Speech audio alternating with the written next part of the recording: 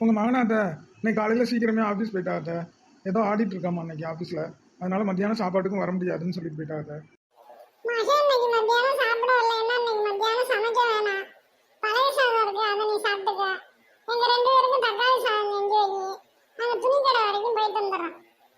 சரிங்கத்த, நான் தக்காளி சாதம் செஞ்சு வைக்கிறேன்ட்ட. நீங்கள் கடைக்கு போயிட்டு வந்துடுங்க. நான் மட்டும் பழைய சாதம் சாப்பிடணுமா? உங்க 2 பேருக்கும் நான் தக்காளி சாதம் செஞ்சு வைக்கணுமா? ரொம்ப தேவை எனக்கு. சரி, நம்ம சாதத்தை மட்டும் வடிச்சு வைப்போம். அவங்க வரவும் நம்ம தக்காளி சாதம் செஞ்சுக்கலாம். நம்ம போய் கொஞ்சம் படுத்து ரெஸ்ட் எடுப்போம். மருமகளே, சமைச்சிட்டியாமா? துணி கடையில ஒரே கூட்டம்.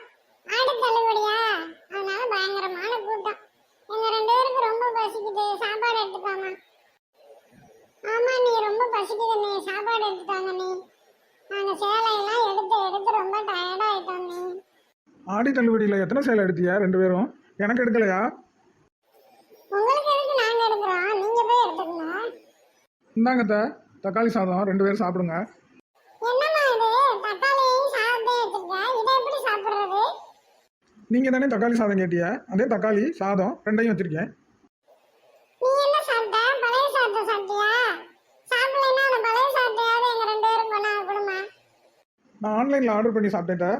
இருங்க, பழைய சாதம் அப்படியே இருக்கு, உங்கள் 2 பேருக்கும் எடுத்துட்டு வந்தாரு.